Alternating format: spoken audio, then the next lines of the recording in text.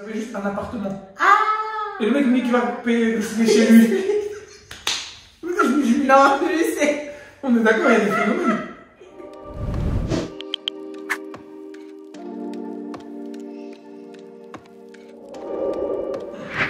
Bonjour à tous. Alors aujourd'hui, je suis avec Célia. C'est Lidorido, enchanté. Ah, désolé, je ne connaissais pas ton nom complet. C'est Lidorido, c'est pas compliqué. Désolé, je ne connaissais pas son nom complet. Donc, Célia est une investisseuse dans l'immeuble de rapport. Oui. On peut même dire elle est investisseuse et formatrice dans l'immeuble de rapport. Tu as combien d'immeubles, Célia? J'ai 4 immeubles aujourd'hui. 4 immeubles. Donc, on fait cette vidéo parce que pour ne désamorcer un faux clash, en fait. J'avais dit quelque chose dans la vidéo que vous avez vue avec Kissy Perron, la courtière. Et Kissy, à la fin de l'émission, m'a dit Lionel, j'espère que tu n'as pas clashé Célia parce que je l'aime bien et tout, parce que j'avais dit quelque chose sur les immeubles de rapport. Je n'ai rien contre Célia. C'est la première fois qu'on se rencontre, mais on a déjà discuté. On parle beaucoup sur Facebook, en DM et autres. Célia a même pris une formation chez moi en ce qui concerne l'achat-revente. Je tiens à dire que je ne suis pas en train de dire que Célia se forme chez moi, c'est pas le propos. C'est qu'elle s'intéresse à plusieurs parties de l'immobilier et l'achat-revente. Elle a choisi de se former chez nous. Je pense qu'elle a apprécié. Voilà. Donc là aujourd'hui, Célia va essayer, elle n'y arrivera pas, mais elle va essayer de me convaincre que l'immeuble de rapport dans les villes moyennes, pas les campagnes, les villes moyennes, c'est un bon investissement. Alors déjà, Célia, présente-toi. Eh ben merci pour l'invitation. De rien. Merci pour le temps. Hein? T'es arrivé en retard. Attends. C'est pas le sujet. Donc, je suis Célia Lidorido, je suis immopreneur, donc ça veut dire que je fais de l'immobilier un business, j'achète des biens immobiliers pour leur rentabilité et du coup j'accompagne les personnes qui souhaitent également investir et être des immopreneurs comme moi. On va mettre le lien de ta chaîne YouTube ou de ton site en description, peut-être même les deux, et comme ça les gens pourront te contacter. Alors Célia, concrètement, qu'est-ce qui t'a poussé vers l'immobilier? Alors, qu'est-ce qui m'a poussé vers l'immobilier? C'était la recherche de revenus complémentaires. Parce qu'avant d'investir dans le locatif, en fait, moi, j'avais déjà acheté ma résidence principale en 2015-2016. Et après, c'était pépère, en fait. Jusqu'à fin 2018, j'ai eu, comme beaucoup de personnes, une discussion sans, on va dire, sans intérêt financier derrière avec mon manager. Et du coup, au sortir de on va dire cet entretien-là, je me suis dit, bah, les sous qu'il ne veut pas me donner, parce que c'était une augmentation que je n'ai pas eu au fait. Du coup, les sous qu'il n'allait pas me donner, il fallait que je trouve ça autrement. Et donc... Excuse-moi de te couper. Sans indiscrétion, c'était quel salaire et quel type d'augmentation tu voulais? Alors, c'était 100 € parce qu'il faut savoir que moi, j'étais assimilée fonctionnaire dans mon ancien poste. Et donc, du coup, on fonctionne sur des NR. Donc, un NR, c'est à peu près 50 € net. Donc, 2 NR, c'était une discussion sur 2 NR. Et donc, 2 NR, ça c'est 100 € net par mois en plus. Tu te rends compte comment on est obligé j'ai été chauffeur de bus à la RATP. Donc, bah, du coup, tu sais ce que non, parce que moi, tellement j'étais un mauvais chauffeur, je faisais même pas les entretiens que j'aimais pas. Moi, j'étais un mauvais chauffeur, c'est la vérité. En fait, ce qu'il y a, c'est que t'as vu comment t'es obligé de te soumettre pour 100 €? Des fois, t'as envie de leur dire, mais oh! Grave, mais avec le recul, mais tu sais, sur le coup, t'as l'impression que c'est énorme ce que t'as demandé et ce qu'on t'a refusé. Mais aujourd'hui, avec une autre vision des choses, aujourd'hui, je me dis, non, mais c'est n'importe quoi. T'as envie de dire ce que je fais au chat? Moi, un jour, je crois que je vais faire une vidéo sur mes anciens chefs de la RATP. J'ai envie de la faire. Et tu sais pas la meilleure? Là, je suis en train d'accompagner une cliente qui travaille dans le même service. En fait, mon ancien chef est son directeur d'unité. Voilà. Il m'a dit ça hier, j'étais en mode, tu lui diras bonjour de ma part. Ah, t'as changé de boulot depuis? Oh oui, je suis plus salariée là. Ah, t'es plus salariée? Je suis entrepreneur. Ah, maintenant, tu vis vraiment Oh ouais. Non, parce que quand je t'ai connu, tu étais encore salarié. Oui, je faisais les deux et même les trois. Donc j'étais salarié, j'étais investisseur et j'accompagnais aussi les personnes. Et maintenant, tu investis? Maintenant, j'investis et j'accompagne. Le salariat, c'est bon? Le salariat, c'est bon. Bah, félicitations, hein, franchement. Merci. Donc alors, c'est ce qui t'a poussé vers l'immobilier en fait, c'est le fait de refuser l'augmentation. Oui, exactement. Okay. Alors, comment tu as commencé l'immobilier? Maintenant que tu t'es fait refuser l'augmentation, t'en es où là, dans ton process? Ok, je me fais refuser l'augmentation et je commence par regarder sur internet comment est-ce qu'on fait pour augmenter ses revenus. Clairement, hein, comment on va augmenter vos compléments de revenus, tout ce qui s'ensuit. J'ai eu de l'e-commerce et d'ailleurs j'ai commencé par ça. L'e-commerce, qu'est-ce qui s'est passé dans l'e-commerce? Bah, en fait, j'ai été plutôt vers le dropshipping. Okay? Parce que normalement, ça fonctionne. Sauf que moi, j'ai fait l'erreur que font beaucoup de personnes. Je ne me suis pas formée, je t'assure. Hein. Et peut-être que Yomi Denzel, il va regarder cette vidéo. Je ne sais jamais. Alors, je ne crois pas qu'il regarde les vidéos, mais... on ne sait jamais. On sait jamais. Voilà. Yomi, si tu regardes notre vidéo, voilà, on parle de toi ici. C'est ça. Donc, du coup, tu sais, à l'époque, il faisait des challenges. Il te fait plein de vidéos, 4 vidéos pour démarrer dans le e-commerce. La meuf, elle a pris ça. J'ai commencé, mais il n'y a rien eu. Genre, j'ai eu 3 ventes en fait. À l'époque, je me rappelle, je vendais des bijoux originaux. C'est ça que j'aime bien expliquer, c'est qu'elle a pas honte de dire les dossiers. Non, mais tu sais, pour la peine, j'ai gardé le compte Instagram. Je me rappelais d'où je viens. Ah, le compte Instagram, donne-le. Non. Mais c'est quoi le compte qu'on aille voir? Ah, bijoux.originaux. Voilà. Bijoux avec X à la fin, .originaux. Mettez-lui un like sur les bijoux qui devaient pas être terribles, d'après ce que j'ai compris qu'elle vendait. Ouais. Donc, alors, tu as fait la formation et... Non, j'ai fait ce truc gratuit en fait. Et je me suis lancée et ça n'a pas fonctionné en fait. Et en parallèle, je regardais dans ce qui venait aussi en tas d'autres formateurs où ça te mettait tout de suite l'immobilier, investissement locatif et tout ça. J'ai commencé à m'y intéresser pas trop jusqu'à ce que je n'ai une discussion avec un collègue. Ça a vraiment commencé comme ça, un 19 mars 2019. On venait d'une mission là sur centrale nucléaire. Dans ce train, on parle d'immobilier. Il me dit oui, tu te rappelles, il me donne le nom d'un de nos anciens en fait, qui est parti à la retraite et qui n'était plus en France. Il me dit ouais, il est parti mais non, il vit en Espagne ou je sais plus où et que en France il paierait trop d'impôts parce qu'il a beaucoup de biens immobiliers. Et je lui dis mais on peut avoir du cash flow, on peut avoir, enfin, parce que moi j'étais déjà propriétaire, mais je connaissais pas l'immobilier qui rapportait en fait. Et il me dit, si, regarde sur Internet. Littéralement, il m'a dit, regarde sur Internet, tu trouveras des infos. Et le soir même, je suis rentrée. J'ai regardé YouTube. Oh là là, je te dis pas le nom des formateurs, mais on les connaît tous, les plus grands. J'ai commencé à regarder. Et là, le soir-là, j'ai dit à mon mari, on va investir. Mon ami, il n'était même pas là avec l'investissement. Lui aussi, j'ai dit, on va investir. Et ça a commencé comme ça. Mais tu sais, en fait, le dropshipping, pourquoi c'est compliqué? Parce que c'est le business à l'entrée. Et on explique ça, c'est que plus c'est facile de rentrer dans un business, plus il est difficile parce que tu te retrouves avec beaucoup de concurrence. Par exemple, faire des plateformes nucléaires ou machin, arriver à ça, ils gagnent beaucoup d'argent parce qu'il y a peu de personnes qui peuvent le faire. Ah oui. Donc l'entrée dans ce business-là est compliquée. Mais dans un business où il faut juste une connexion Internet, tout le monde peut le faire. Et connaître Facebook Ads. Oui, bon, c'est ce qu'on te dit, mais en vrai, c'est plus que ça. Il faut être, c'est-à-dire, il faut avoir plein de compétences pour réussir dans le e-commerce. Mais dans tout ce que tu fais, si tu veux gagner beaucoup d'argent, il faut beaucoup de compétences. Tu parlais de Yomi Denzel tout à l'heure. Je suis sûr que dans le e-commerce, il a énormément de compétences. On ne peut pas faire ce qu'il a fait avec peu de compétences. Avec peu de compétences. Et c'est ça, après, c'est le marketing sur Internet. Et puis surtout les gens, je pense, veulent son mode de vie. Au bout de 3 mois, mais lui, au bout de 3 mois, il n'avait peut-être pas ce mode de vie là non plus. Il faut comprendre que ça fait un moment qu'il est temps, et puis il est né, puis il est jeune, je crois. Il est très jeune, non? Je ne sais plus, maintenant il doit avoir 25 ans. Voilà, donc il est né dans cette génération. Moi, je peux pas, l'e-commerce, c'est plus compliqué. Bon, en tout cas, voilà, ça n'a pas marché. L'immobilier, tu as dit à ton mari d'investir. Alors, pourquoi les villes moyennes? Je déconseille fortement les villes moyennes, mais Célia les encourage. Ouais, je les encourage. Pourquoi? Parce que c'est souvent là où, pour du locatif, tu as un bon compromis entre le prix que tu mets pour acheter ton bien et le cash flow ou la rentabilité que tu peux avoir. C'est pour ça que je conseille, moi, les villes à taille moyenne. Et après, ville à taille moyenne, ça ne veut pas dire ville figée dans le temps. Je suis désolée, Lionel. Il y a des villes à taille moyenne qui arrivent à prendre de la valeur avec le temps par rapport à ce que la mairie, la ville compte faire comme projet, comme par rapport au développement de la ville. Je pense que c'est possible, je suis d'accord avec toi, même si moi je suis un adepte du zéro risque. Et je pense que les grandes villes, Paris sera toujours Lyon, Marseille sera toujours Marseille.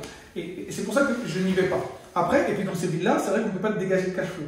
Mais moi, tu le sais, je suis contre le cash flow. Je sais. Parce que je pense que le cash flow, il améliore ta vie, mais il ne la change pas. Par exemple, tu prends 200 € de cash flow, je donne un exemple. Tu prends 200, 300 € de cash flow par mois, ça améliore ta vie. Mais est-ce que tu peux changer de vie avec 300 € de plus par mois? Tu peux commencer dans le processus. Tu vois, c'est pas que l'argent. Je sais pas. Non, moi je suis là pour moi. Je sais. suis sur YouTube pour l'oseille, Instagram pour l'oseille, je fais de l'immobilier pour l'oseille. Attends, je finis mon raisonnement. On est d'accord que dans la finalité, c'est l'oseille, ok? Bah oui. Mais pour gagner de l'oseille, il faut commencer à faire un changement de mindset, en fait. Et commencer à gagner tes premiers sous dans l'immobilier. Oui, bien sûr. Ça commence, tu vois? Je suis d'accord avec toi. Tu es dans le process. Non, il faut commencer à gagner, il faut apprendre à gagner. C'est pour comme les gens qui me disent, ils peuvent faire des plus-values de 100 000 euros. Je dis, apprends à faire une plus-value de 20 000. Et après, tu sauras faire des plus-values de 100 000. Mais tu commences pas par 100 000. Ça, je suis d'accord avec toi. Moi, le cash flow, j'aime pas parce que c'est long, les locataires, tout ça. C'est l'enfer pour moi, je dis bien pour moi. Au début, j'étais beaucoup plus radical anti-cash flow. Maintenant, je tolère qu'il y ait des gens qui ont un avis différent. Ah bon? Mais je tolère toujours pas le cash flow pour moi. Hein, mais, donc, quel est l'avantage d'aller dans une ville moyenne, dis-nous? La toute première, c'est le fait que tu vas pouvoir sortir une bonne rentabilité par rapport à ta mise de départ. Ce que tu n'as pas dans les grandes villes. Okay. Clairement.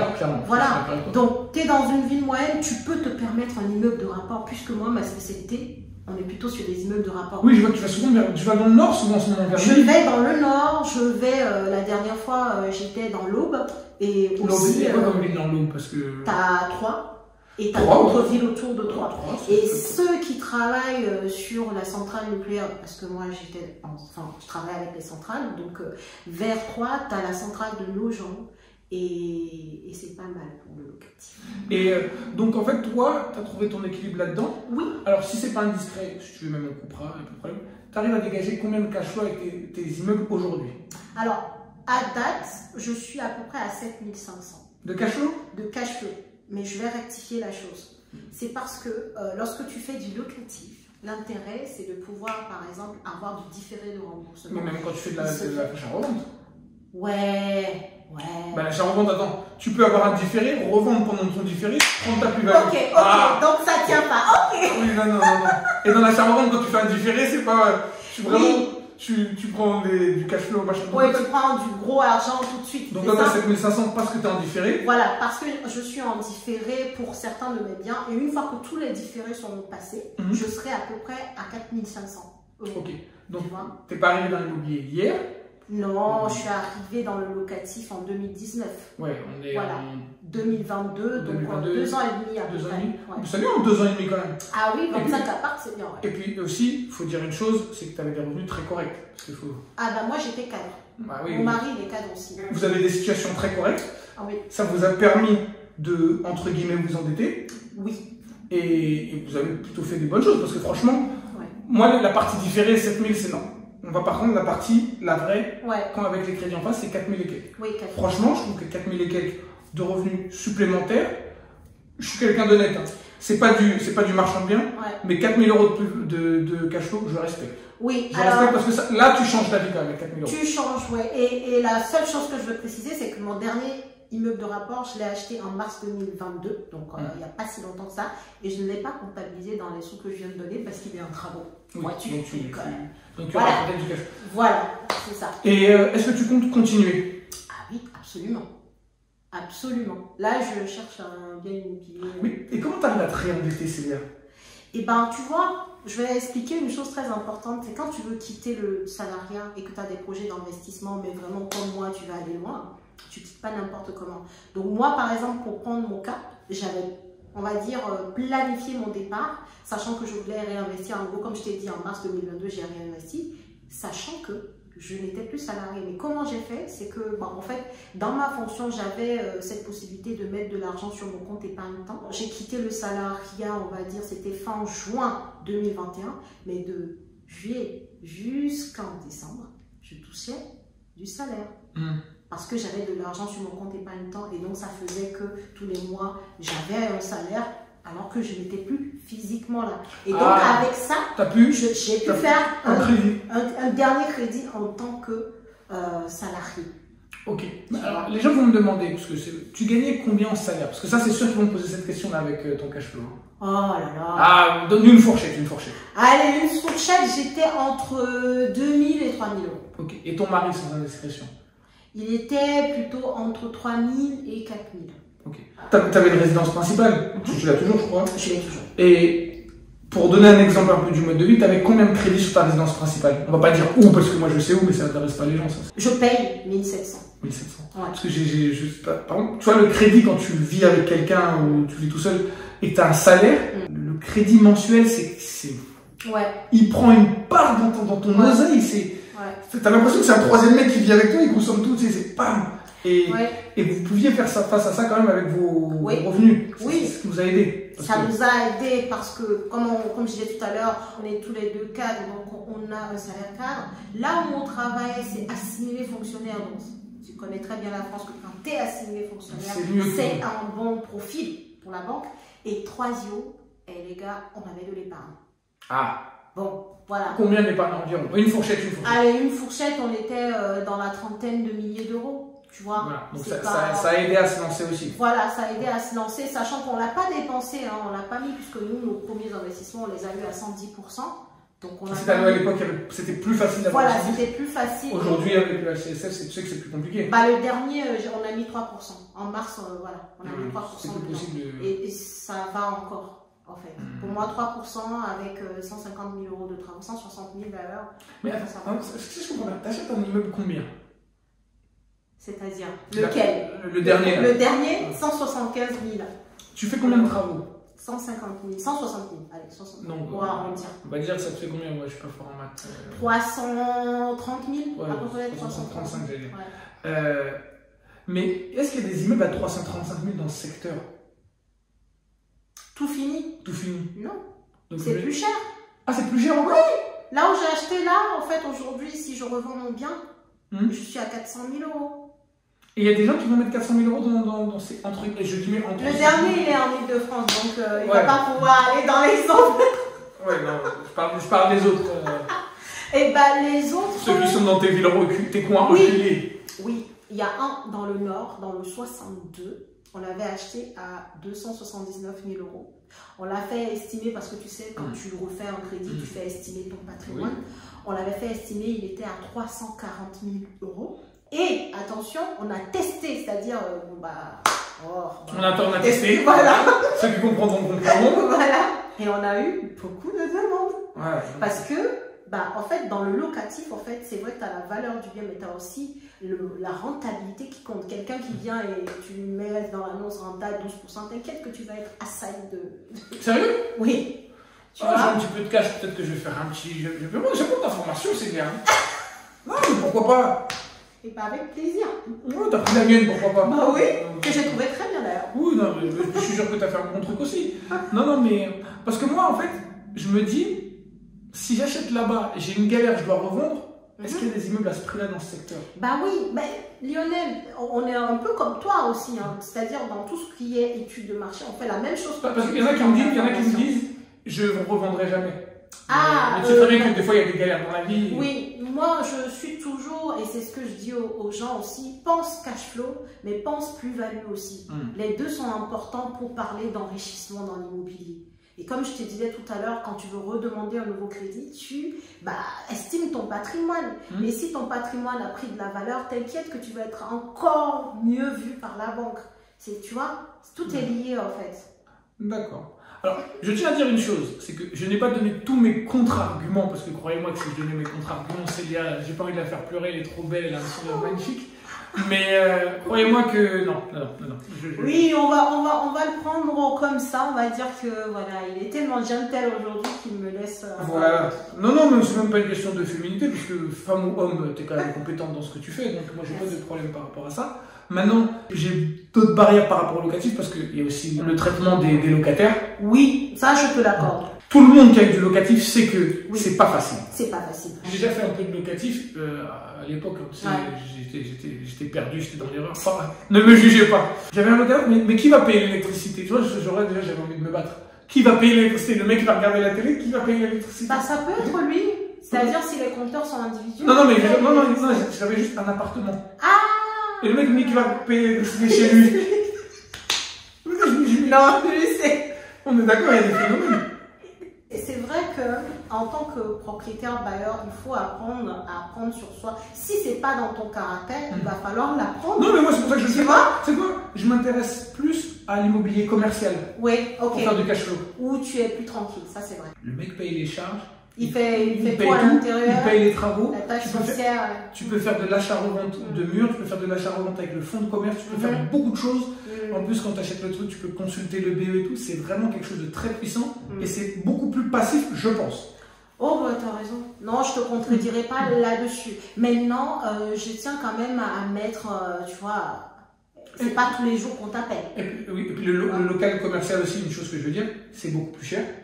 Oui. C'est pas forcément beaucoup plus cher. Ouais. Parce que c'est plus cher qu'un appartement, mais c'est moins cher qu'un immeuble. Ouais. Parce que là, par exemple, tu as fait 330 000. Ouais. Je veux dire, tu peux trouver un local commercial à 300 000, mais tu fais pas les travaux, par exemple. Donc, oui, oui. Donc, tu vois, il y a cet avantage-là. Le repreneur, et c'est pour ça que je dis que dans l'immobilier, moi, il y a ma méthode que je préfère, clairement, mais je respecte la tienne qui peut être une méthode qui fonctionne pour des gens. Attention, je suis pas en train de dire, c'est pas de la merde. Quand je dis que j'aime pas, mais c'est pas de la merde. C'est par rapport à ton profil et je te connais plus que n'importe qui. Dans l'immobilier qui est arrivé sur Internet, vous étiez les plus connus. Le locatif immeuble de rapport. Oui. C'était vous les patrons, avec des gens, je ne veux pas citer leur nom, mais qui faisaient ça. Après, il y a eu nous, les marchands de biens. On n'est pas encore arrivé au niveau où vous avez vrillé Internet. On se débrouille, voilà. Je pense qu'ils ont tort parce que c'est ce qui est le plus puissant selon moi, mais ça commence à marcher. Oui. Beaucoup de gens reviennent de chez vous en disant je ne veux plus gérer le locataire. Toi, tu avais la capacité d'aller chercher des immeubles, il y a des gens qui ne peuvent pas. Et il y a des gens qui donc leur cash flow n'est pas aussi intense, mais ils ont les mêmes emmerdes. Donc voilà, vous avez vu que je ne suis pas en conflit avec Célia, on ne va pas se battre, bien au contraire. Donc si vous êtes intéressé par ce que Célia fait, on vous met le lien en description. Et j'espère que vous êtes plus intéressés par ce qu'on fait. On vous mettra aussi le lien en description. Et je vous dis à bientôt dans la prochaine vidéo.